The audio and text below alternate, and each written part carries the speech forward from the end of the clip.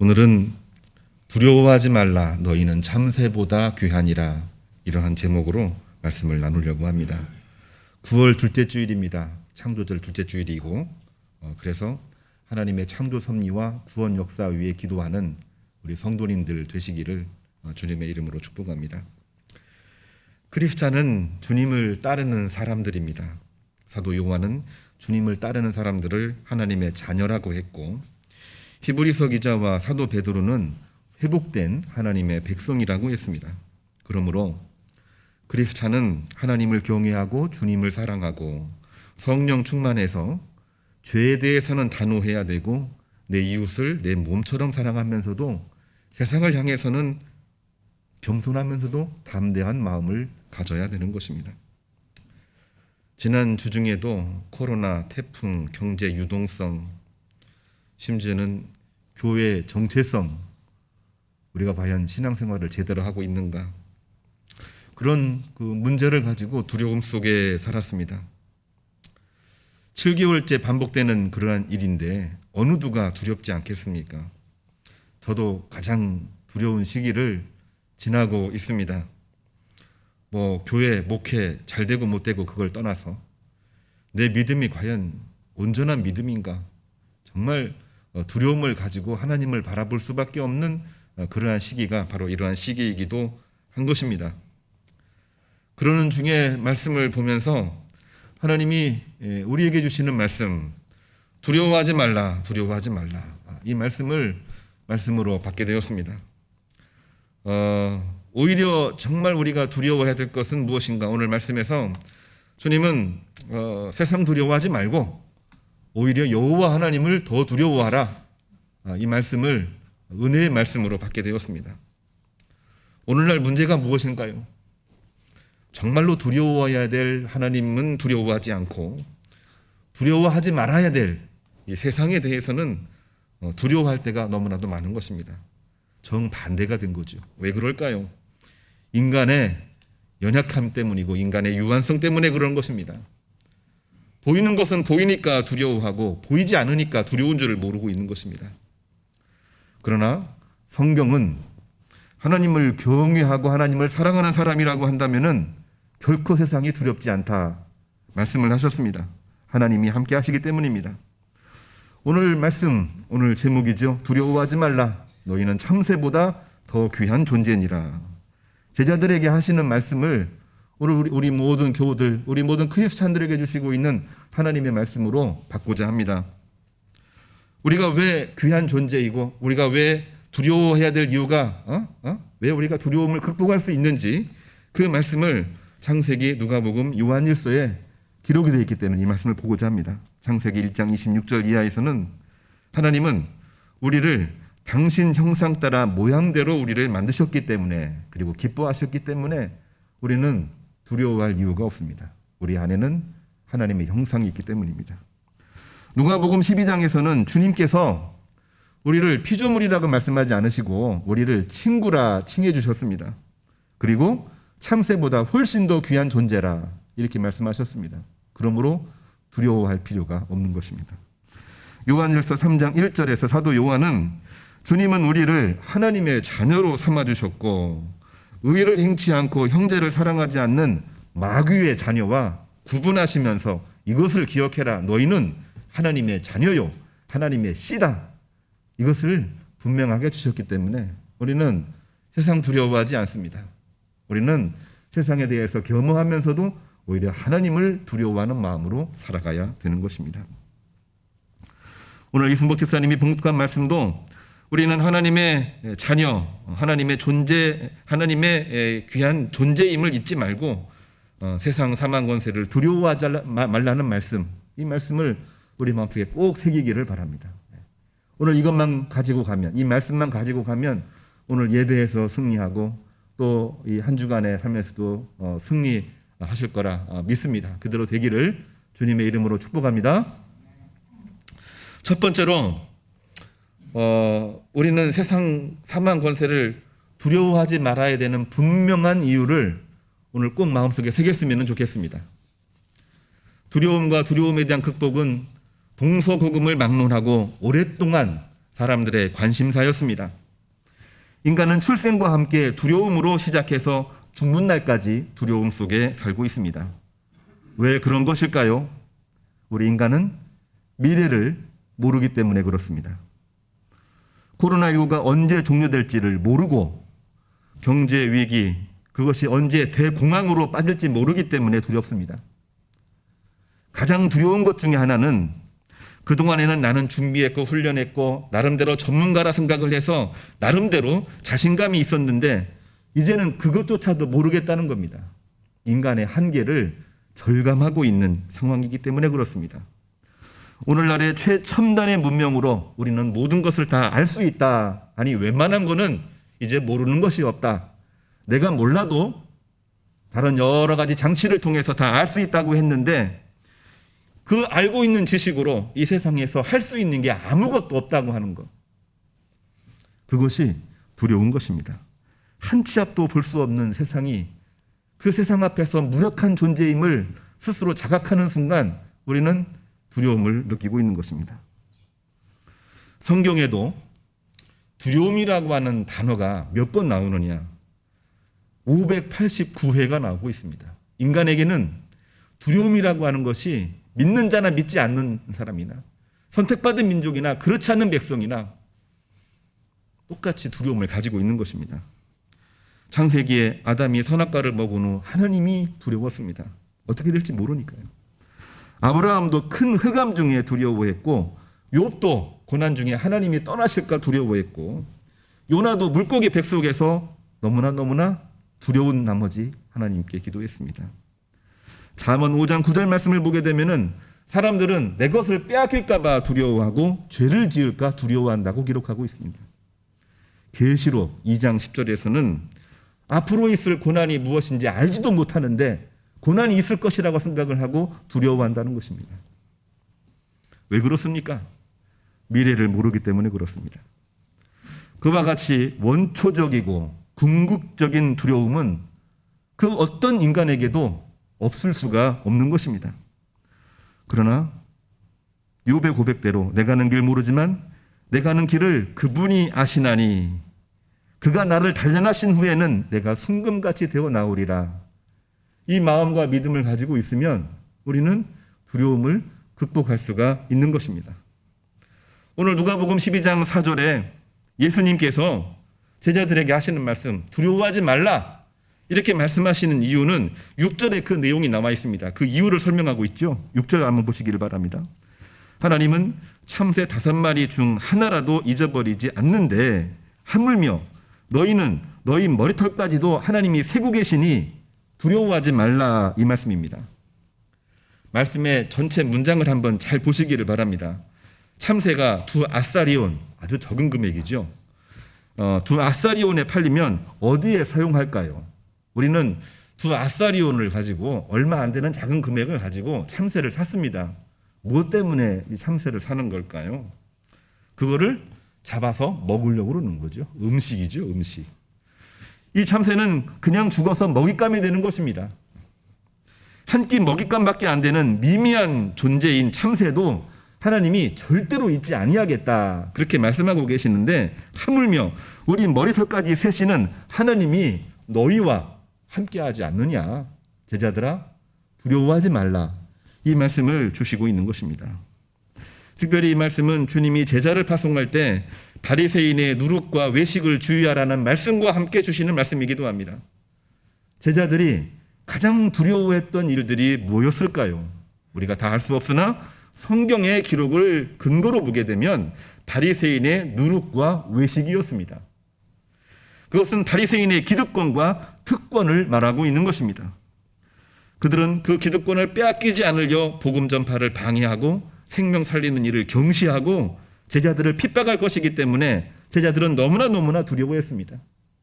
복음 전할 때에 그들이 받아들이지 않을까 봐 두려운 것이 아니라 복음을 전할 때에 이 돈이 떨어져서 배고프지 않을까 두려운 것이 아니라 복음을 전하다가 내 몸이 아파가지고 복음 전하지 못할까 봐 두려운 것이 아니라 바리새인들의 누룩과 외식이 두려웠던 거죠. 주님은 이 바리새인들의 푸갑과 박해를 두려워하는 제자들을 향해 참새도 잊지 않으시는 하나님이 너희 머리털까지 세고 계시는데 제자들이여 왜 두려워하는가? 왜 두려워하는가? 하나님이 함께 하실 것이라고 하는 말씀을 제자들에게 주시고 있는 것입니다. 오늘 우리가 말씀으로 읽지는 않았습니다만은 누가복음 2장 8절로 9절 말씀을 한번 보시길 바랍니다. 우리가 많이 들었던 말씀이거든요. 누구든지 사람 앞에서 나를 시인하면 인자도 하나님의 사자 앞에서 시인할 것이요 사람 앞에서 부인하는 자는 하나님의 사자들 앞에서 부인을 당하리라.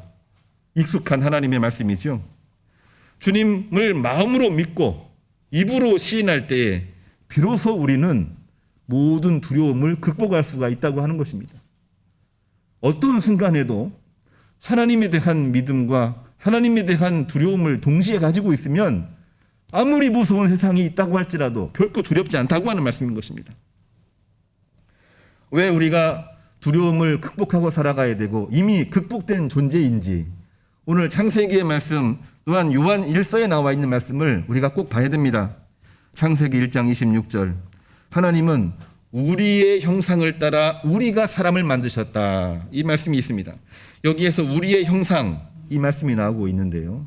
이 우리의 형상 중에서 우리라고 하는 것은 인간이 아닙니다. 여기서는 하나님의 복수입니다. 하나님은 한 분인데 왜 복수일까? 여기서 우리라고 하는 이 하나님은 성부, 성자, 성령을 말하고 있는 것입니다. 그 형상이 어떤 모습인지 알 수는 없지만 27절을 보면 하나님이 자기의 형상대로 이번에는 하나님이 단수로 남아 있습니다. 자기의 형상대로 사람을 창조하셨다 말씀하셨기 때문에 저와 여러분은 하나님의 형상을 가지고 있는 것입니다. 그렇다고 내 얼굴이 하나님 얼굴이다 이렇게 생각하기는 좀 어렵겠지요. 하나님의 형상을 따라 우리를 지으셨기 때문에 우리는 하나님의 형상을 가지고 있는 것입니다. 아니 우리는 하나님의 형상입니다. 그렇기 때문에 세상을 두려워할 필요가 전혀 없다고 하는 것입니다. 두렵다고 하더라도 그 두려움을 극복할 수가 있는 것입니다. 두려움이 나를 짓눌려도 내가 하나님의 형상을 품고 하나님을 바라보면 그 두려움을 뚫고 나갈 수가 있다고 하는 것을 이 성경은 증언하고 있는 것입니다. 이 말씀을 기억하면서 사도 요한은 요한일서 3장에 우리 크리스찬을 뭐라고 얘기했냐면은 하나님의 자녀요, 하나님의 씨라고 분명하게 구분을 했습니다. 우리가 하나님의 형상, 하나님의 자녀, 주님의 동역자라고 한다면은 세상의 사망 권세를 두려워할 필요가 없는 것입니다. 저도 한 주간 동안 여러 가지 뉴스를 보면서 두려움을 느끼지 않을 수가 없었습니다. 가장 큰 두려움은 내 믿음, 이게 진짜 믿음인가? 잘못 믿고 신앙생활한 건 아닌가? 하나님이 과연 우리 크리스찬들을 어떻게 심판하실까? 가장 두려웠습니다. 가장 두려웠습니다. 그 중에서도 지도자로 부름을 받은 목회자들이 어떻게 심판을 받을까? 참 두려웠습니다. 두려웠습니다.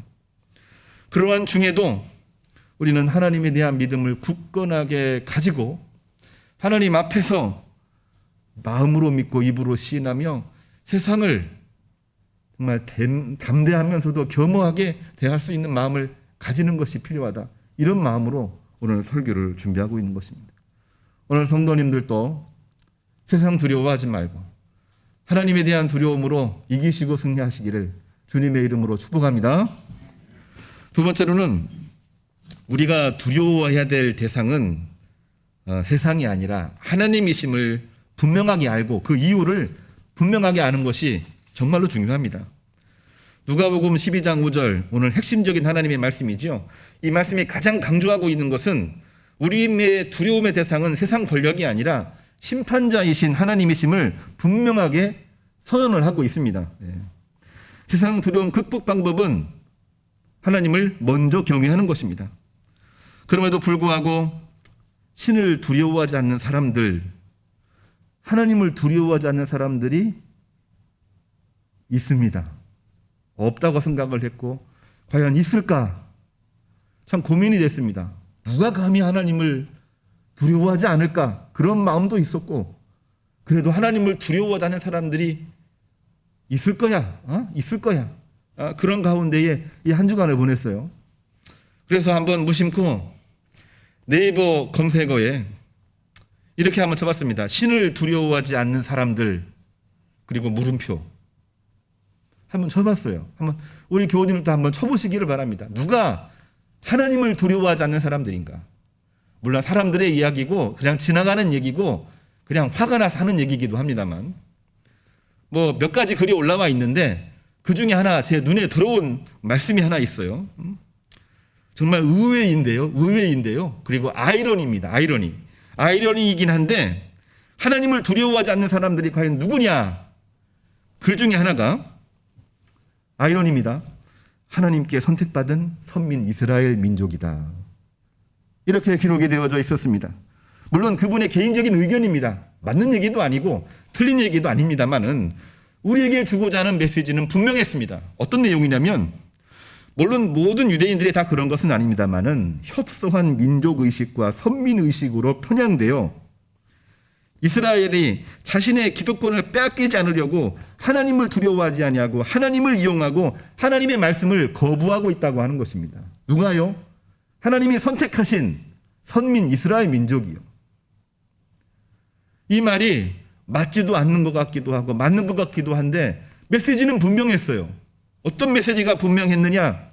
하나님 앞에서 나는 선민이다.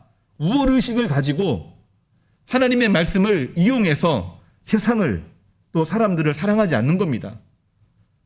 우월감을 가지고 오만해지고 교만해지면 그 어떤 사람도 하나님의 말씀을 두려워하지 않는 것이 우리 인간의 연약함이고 유한성이라고 하는 것이거든요.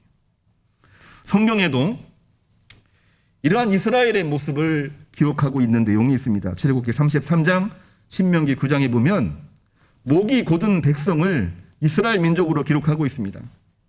하나님이 우리를 택하셨다. 우리는 선민이다. 그러는 가운데에 하나님을 두려워하지 않는 목이 곧은 백성으로 나오고 있는데 출애굽한 이스라엘 민족의 민낯을 보여주고 있는 내용입니다. 예레미야 20장 1절 이하에도 눈물의 예언자 예레미야를 핍박한 제사장 다술이라고 하는 인물이 나오고 있습니다. 성전과 율법을 앞세워 하나님과 예언을 거부한 다술이라고 하는 제사장입니다. 역시 거짓 지도자의 민낯을 보여주고 있는 말씀이기도 한 것입니다. 선민 이스라엘 민족, 그리고 백성들에게 말씀을 전하고 예배를 집도하고 있는 이 제사장이 가장 하나님을 두려워하지 않는 모습으로 등장하고 있는 성경 말씀이 나와 있는 거죠. 물론 다 그렇다는 얘기는 아닙니다. 그렇다고 또 우리 모두가 다 잘 믿고 있다는 얘기도 아닙니다. 선민 이스라엘이 어떻게 하나님을 두려워하지 않는 민족이 되었을까? 선민 이스라엘이 하나님을 정말 경외하는 신앙의 대상이 아니라 소유의 대상으로 변질시켰기 때문에 그런 것입니다. 말이 좀 어렵습니다만은 다시 한번 이야기합니다. 하나님을 나의 신앙의 대상이 아니라 내 소유의 대상으로 생각하는 순간 종교는 타락해버리는 것입니다. 믿음은 변질되는 것입니다. 신앙은 더 이상 신앙이 아닌 것입니다. 독일의 고전 철학자 슈라이헤르 마허라고 하는 분이 종교가 하나님을 신앙하는 것이 아니라 하나님을 철학적인 개념으로 만들어 자기 합리화를 위한 소유 대상으로 삼았기 때문에 신학은 죽어버렸고 인간학만 살아남았다. 이렇게 지적하면서 종교를 비판했습니다. 종교를 비판한 것이지 하나님을 비판한 것은 아니거든요. 신학이 죽어버린 인간학은 오로지 사회 계급을 낳고 그 계급적인 갈등으로 시작하여 전쟁과 역병으로 모두가 다 같이 공멸할 수밖에 없는 것입니다. 오늘날도 우리가 신앙생활한다면서 하나님을 앞세워 사리사욕을 채우는 경우가 많지는 않지만 적지도 않습니다. 이른바 율법주의와 바리새주의입니다. 바리새파는 그 자체가 정치 집단입니다. 하나님의 말씀보다도 율법을 앞세웠고 그들이 만들어 놓은 전통을 가장 우선시 여겼습니다. 율법을 앞세워 하나님의 사랑의 실천을 거부하였기 때문에 율법주의요. 율법주의 바리새인주의는 결코 자기의 기득권을 내려놓을 수 없기 때문에 하나님을 경외할 수가 없는 것입니다. 예수님 시대에 예수님으로부터 꾸중을 들은 바리새인들과 율법주의자들의 모습을 보면은 우리는 쉽게 이해할 수 있는 부분이기도 하는 것입니다. 하나님을 경외하는 사람은 자기 기득권을 내려놓을 수 있습니다만 기득권을 내려놓으면 모든 것을 빼앗길 것이라고 생각하는 사람들은 하나님과 말씀까지도 거부하게 되는 정말 의외요 아이러니컬한 일들이 벌어질 수밖에 없는 거죠. 왜 이런 험한 말을 목사님 설교 시간에 하십니까? 이런 얘기 들을 수 있어요. 평소에 이런 말 하기는 쉽지 않습니다만은 오늘날 우리의 이 형국을 보게 되면 우리가 이 이야기를 하지 아니하고는 안 되기 때문에 오늘 이 말씀을 꺼내들은 것입니다. 이와 같은 내용은 우리가 인간으로서는 충분히 이해할 수 있습니다. 그래, 이거 포기하면 다 이룰 수 있어. 여기가 마지노선이야. 그럴 수 있습니다. 인간이기 때문에. 그러나 신앙인으로서는 용납될 수가 없는 것입니다. 왜 용납될 수가 없느냐? 대상이 사람이 아니고요. 하나님이기 때문에 그렇습니다. 하나님 앞에 내 것을 내려놓지 않으면 우리는 신앙생활을 하고 있는 것이 아닙니다. 자기의 기득권 때문에 하나님을 경외할 수 없다면 더 이상 제자가 아니요 그리스찬도 아니고 교회의 일원이 될 수가 없습니다. 왜냐하면 죄로 인해 죽을 수밖에 없는 우리를 위해 자기 자신을 십자가에 버리신 주님을 따를 수가 없기 때문에 더 이상 크리스찬이 될 수가 없는 것입니다. 기득권을 내려놓고도 우리는 신앙생활을 잘 할 수가 있습니다. 아니, 기득권을 내려놨기 때문에 우리의 신앙이 온전한 신앙이 되는 것입니다. 기득권을 내려놓아야 우리 마음속에 하나님이 들어오고 하나님의 말씀이 들어오는 것입니다. 기득권을 내려놓지 않으면 하나님이 우리 마음속에 들어올 수가 없어요. 기득권이 이미 하늘 끝에 있는데 하나님이 그 밑으로 들어온다면 어찌 신앙생활이라고 할 수가 있겠습니까? 신앙은 우리 기득권 위에 계시는 하나님을 내가 온몸으로 받아들이는 것입니다. 내 삶의 주인으로 받아들이는 것입니다. 기득권 하나를 잃으면 모든 것을 잃어버린다라고 말하면서 하나님의 말씀과 하나님의 섭리를 경시하는 모습은 우리가 하나님 앞에 온전해질 수가 없는 것입니다. 기득권을 잃어버리면 다른 것도 잃어버린다. 잃어버릴 수 있습니다. 잃어버린 가운데에도 신앙생활을 잘 할 수가 있습니다. 그때부터는 진짜 신앙생활인 것입니다. 왜? 주님의 십자가를 지고 주님이 지신 멍에를 지고 주님을 따라가는 것이니까요. 너희가 나를 따르려거든 자기의 십자가를 지고 나를 따르라 그렇게 말씀하신 이유도 주님께서는 그 십자가를 지고 가셨기 때문에 우리도 기득권을 내려놓고 주님을 따를 때에 주어지는 십자가와 멍에가 분명하게 있습니다. 그 멍에와 십자가를 지고 주님을 따라가는 것입니다. 안 될 것처럼 보이고 무너질 것처럼 보이지만 하나님은 그 위에 새 역사를 만들어 주시는 것입니다. 이것이 바로 역사요, 하나님의 이야기요, 이것이 바로 우리 믿음의 본질인 것입니다. 시편 23편 말씀은 기득권을 내려놓고 하나님을 경외한 다윗의 심경을 말해주고 있는 것입니다. 여호와는 나의 목자시니 내게 부족함이 없으리로다. 그가 나를 푸른 초장에 누이시며 쉴 만한 물가로 인도하시는도다. 여호와 하나님을 목자로 고백한 것은 다윗 스스로 길 잃은 어린 양에 비유한 것입니다. 길 잃은 어린 양은 늘 부족하지만 먹을 거 입을 거 마실 거 늘 부족하지만 목자이신 하나님이 계시기 때문에 부족하지 않으며 푸른 초장에 눕게 하시고 쉴 만한 물가로 인도하신다는 말씀은 고난과 핍박 중에도 하나님이 함께 계시며 원수의 목전에서 내 상을 차려주신다는 얘기입니다. 나 혼자 있으면 원수의 목전에서 그냥 쓰러지는 거지요. 그렇지만 나 혼자가 아닙니다. 하나님이 목자가 되시기 때문에 때를 따라 가진 것이 없고 다 내려놓아서 다 무너질 수밖에 없지만 하나님이 함께 계시기 때문에 원수의 목전에서 내게 상을 차려주신다고 하는 것입니다. 이거는 인간의 이야기가 아니라 하나님의 이야기를 말하고 있는 것이고 이거는 바로 역사가 되는 것입니다. 자신을 내려놓지 않으면 우리는 주님을 만날 수가 없습니다. 주님은 하나님을 경외하며 두려움을 극복하라, 이렇게 분명하게 오늘 누가복음 12장에서 말씀하고 계십니다. 주님을 바라보아야 세상 사망 권세, 두려움을 이길 수가 있는 것입니다. 세상을 두려워하지 말고 여호와 하나님을 두려워하시기를 바랍니다. 두려움이 엄습하는 오늘날 주님을 경외함으로 세상의 모든 두려움을 이기시고 승리하시기를 주님의 이름으로 축복합니다. 두려워 말라, 너희는 참새보다 귀하니라, 승리하시기를 축원합니다. 주님 참으로 감사를 드립니다. 오늘 또 주 앞에 나와서 각자 처소에서 예배하며 영광을 돌립니다. 기쁘게 받아 주시옵소서. 두려움 속에 살고 있는 저희에게 오늘 말씀을 주셨습니다. 두려워하지 말라, 너희는 참새보다 훨씬 더 귀하니라. 이 말씀을 가지고 오늘 예배를 마감하고 한 주를 살기를 원합니다. 이 말씀으로 이기게 하시고 승리하게 하시고 하나님의 영광을 드러내는 저희 모든 성도 권속되게 하시옵소서. 예수님의 이름으로 기도합니다. 아멘.